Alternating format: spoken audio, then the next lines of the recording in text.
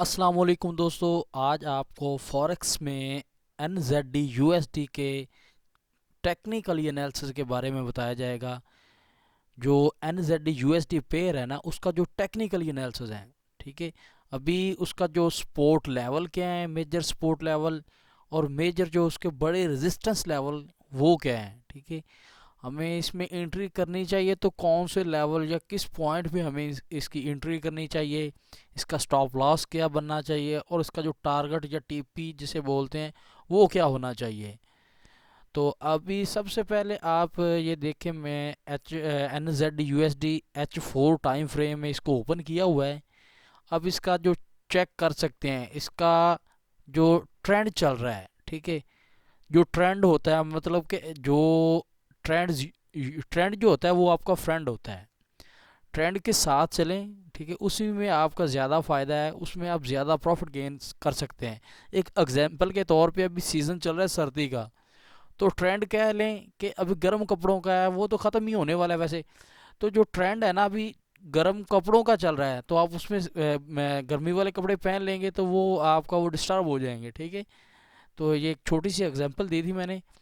तो इसको zoom in करते हैं। अच्छा, इसका जो मेन जो मेजर सपोर्ट लेवल है वो है, मैं अभी आपको वो आप लिख लें या अपने चार्ट पे ड्रा कर लें। एक सपोर्ट लेवल इसका बन रहा है 0.6615, और दूसरा जो इसका सपोर्ट लेवल बन रहा है 0. हाँ, दूसरा सपोर्ट लेवल इसका बन रहा है 0.6588, ठीक है। अच्छा, मार्केट इस एरिया में आप चेक करें, आप देखें। अब यहाँ से अगर आपको कोई बुलिश सेटअप मिलता है, ठीक है, एक तो मैं चीज़ आपको क्लियर करवा दूँ, आप ये चीज़ गौर करें कि यहाँ पे एक इन्वर्टेड हेड एंड शोल्डर जो पैटर्न कहते हैं ना जिसको, ये चीज़ चेक करें, ये दोनों शोल्डर, ये और ये, ओहो, ये इसका हेड कह लें, ठीक है, ये शोल्डर, और एक ये। यहाँ से आपने क्या करना है कि जैसे ही आपको कोई बुलिश सेटअप मिले, कोई बुलिश सिग्नल मिले, तो आप इसमें बाय में ट्रेड कर सकते हो।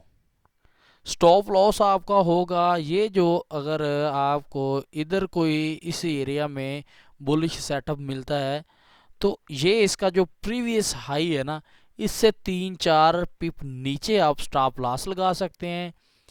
और जो इसका मेन सपोर्ट रेजिस्टेंस लेवल है वो है तकरीबन, इसका मैंने लगा के रखा है, मैं आपको इसका जो प्रीवियस है ना वो भी चेक करवा देता हूँ। वो है 1.1,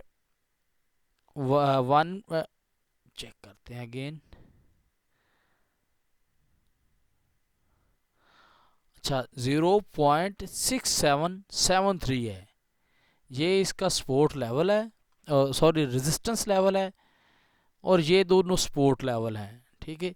जैसे ही आपको कोई बुलिश सेटअप मिलता है इस एरिया में, इस एरिया में, तो आपने क्या करना है, बाय में यहाँ से आप ट्रेड प्लेस कर सकते हैं, और टारगेट आप लगा सकते हैं 0.6773 तक, इस एरिया तक, ठीक है। NZD USD, ये जो सपोर्ट लेवल हैं ये मैंने ड्रा करके रखे हैं।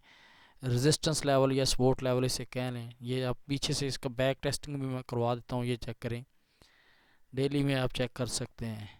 तो इसका जो मेन मुझे मिला, इसका जो कंफर्मेशन सिग्नल है, ये एक बन रहा है inverted head and shoulder pattern जिसे बोलते हैं ना। उसका मतलब ये होता है कि आपने जैसे ये कंप्लीट हो जाएगा, यहाँ पे आपको कोई बुलिश सेटअप मिल जाएगा, मार्केट इसी एरिया से रीटेस्ट कर जाती है या इस लेवल को टच करने के बाद पुल बैक हो जाती है।